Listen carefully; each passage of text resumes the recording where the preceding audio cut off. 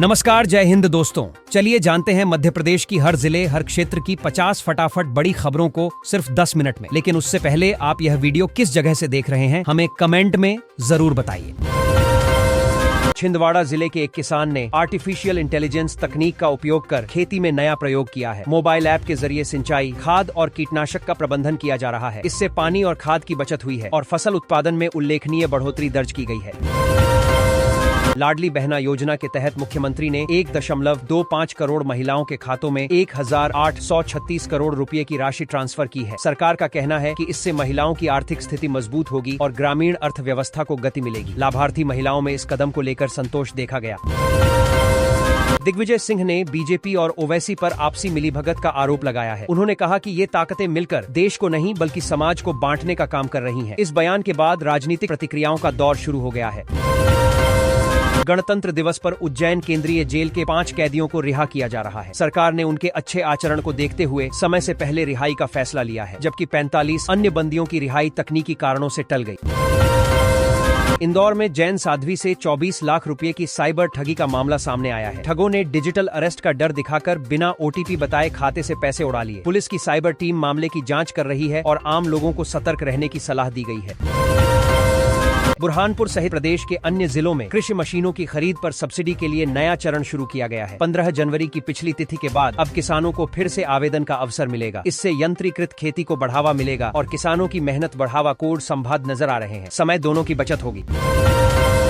छत्तीसगढ़ की ओर चले गए हाथियों का झुंड अब वापस मध्य प्रदेश के जंगलों में लौट आया है। वन विभाग ने इसकी पुष्टि की है। हाथियों की वापसी से वन्य जीव संतुलन बेहतर होने की उम्मीद है। विभाग ने संवेदनशील इलाकों में निगरानी और अलर्ट सिस्टम भी सक्रिय कर दिया है। प्रदेश के कई हिस्सों में कड़ाके की ठंड जारी है और पाले का असर फसलों पर पड़ सकता है। कृषि विभाग ने किसानों के लिए एडवाइजरी जारी की है। विभाग ने रात में सिंचाई, धुआं करने और फसलों को ढकने जैसी सावधानियां अपनाने की सलाह दी है। प्रदेश कांग्रेस अध्यक्ष जीतू पटवारी ने मोहन सरकार पर गंभीर आरोप लगाए हैं। उन्होंने कहा कि निर्दोष लोगों की मौत के जिम्मेदार अधिकारियों को प्रमोशन देना बेहद शर्मनाक है। पटवारी ने सरकार से जवाबदेही तय करने और दोषियों पर सख्त कार्रवाई की मांग की। भोजशाला विवाद से जुड़े मामले में सुप्रीम कोर्ट 22 जनवरी को सुनवाई करेगा। हिंदू पक्ष ने याचिका दायर कर 23 जनवरी बसंत पंचमी के दिन भोजशाला में केवल सरस्वती पूजा की अनुमति देने और अन्य प्रवेश पर रोक लगाने की मांग की है। इंदौर और भोपाल की मंडियों में सोयाबीन और गेहूं के दामों में हल्का उतार चढ़ाव देखा गया है। किसान न्यूनतम समर्थन मूल्य को लेकर सतर्क नजर आ रहे हैं। व्यापारियों का कहना है कि अंतर्राष्ट्रीय बाजार और आवक के आधार पर कीमतों में बदलाव हो रहा है।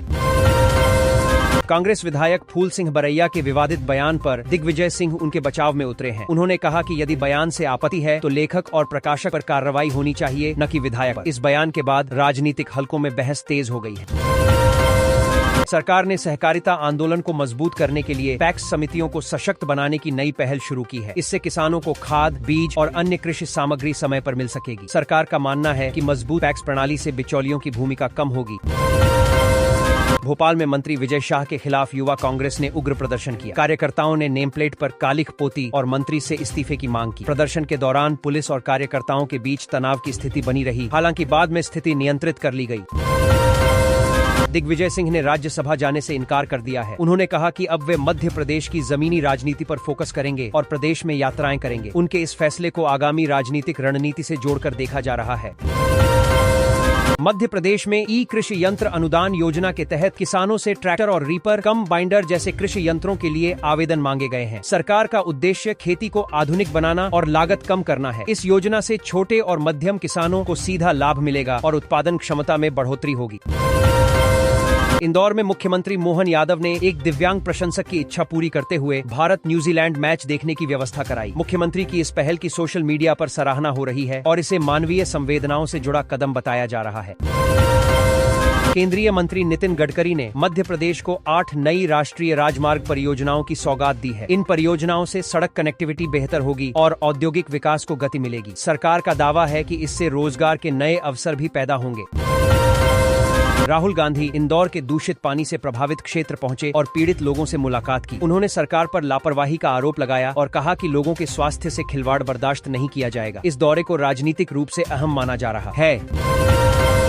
मध्य प्रदेश के सरकारी कर्मचारियों के लिए नई स्वास्थ्य बीमा योजना तैयार की जा रही है। योजना के तहत 5 लाख रुपए तक कैशलेस इलाज की सुविधा मिलने की संभावना है। कर्मचारी संगठनों ने इस पहल का स्वागत किया है और जल्द लागू करने की मांग की है। एक तरफ मध्य प्रदेश को टाइगर स्टेट का दर्जा मिला हुआ है, लेकिन दूसरी ओर राज्य में बाघों की मौत की संख्या सबसे ज्यादा है। इस विरोधाभास को लेकर हाईकोर्ट ने गंभीर चिंता जताई है और वन्यजीव संरक्षण पर सवाल उठाए हैं।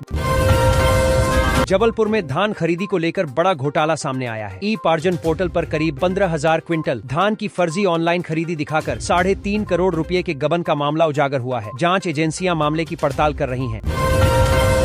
लाडली बहना योजना, कर्मचारियों के वेतन भत्ते और पेंशन पर बढ़ते खर्च को देखते हुए राज्य सरकार ने सख्ती दिखाई है। चालू वित्तीय वर्ष के अंत तक मंत्रियों और अधिकारियों के लिए नई गाड़ियों की खरीद, दफ्तरों में एसी, इलेक्ट्रॉनिक सामान और फर्नीचर की खरीदी पर रोक लगा दी गई है। छिंदवाड़ा में जिला रोजगार कार्यालय और ITI द्वारा संयुक्त रूप से युवा संगम कार्यक्रम के तहत रोजगार, स्वरोजगार और अप्रेंटिसशिप मेले का आयोजन किया जा रहा है। इसमें युवाओं को नौकरी और प्रशिक्षण के मौके मिलेंगे। टोल बूथ पर फास्टैग को लेकर सावधानी बरतने की जरूरत है। कुछ मामलों में एक ही गाड़ी से जुड़े अलग अलग फास्टैग से पैसा कटने की गड़बड़ी सामने आई है। ऐसा ही मामला कानपुर कबरई मार्ग और MP के पत्थरहट टोल बूथ पर पकड़ में आया है।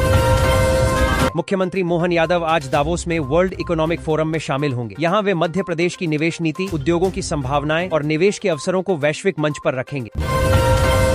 मध्य क्षेत्र विद्युत वितरण कंपनी ने बिजली उपभोक्ताओं के लिए नई सुविधा शुरू की है। अब कॉर्पोरेट, शासकीय और अशासकीय उपभोक्ता एकीकृत भुगतान प्रणाली के जरिए आसानी से बिजली बिल का भुगतान कर सकेंगे।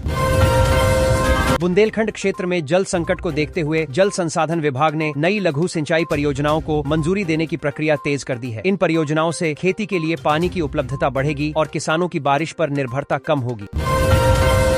मध्य प्रदेश के IT इंजीनियरों और स्टार्टअप्स के लिए अच्छी खबर है। गूगल ने राज्य में IT, ITES और डेटा सेंटर सेक्टर में निवेश करने में रुचि दिखाई है, जिससे तकनीकी क्षेत्र को बढ़ावा मिल सकता है।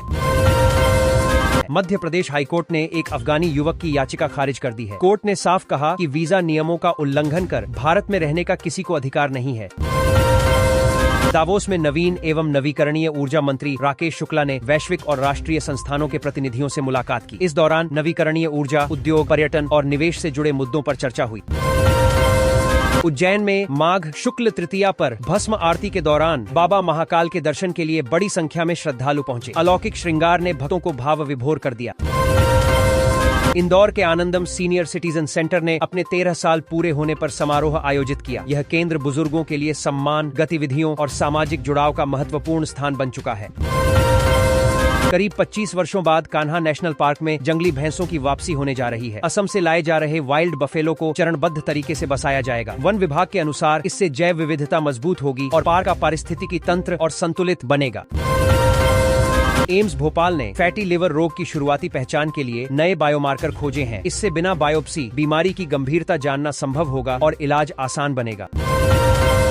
मध्य प्रदेश के सरकारी अस्पतालों में नवजात शिशुओं के लिए खरीदे गए वार्मर उपकरणों में गड़बड़ी की जांच शुरू हो गई है। करीब 7 करोड़ रुपए के लगभग 900 वार्मर की सप्लाई को लेकर सवाल उठे हैं।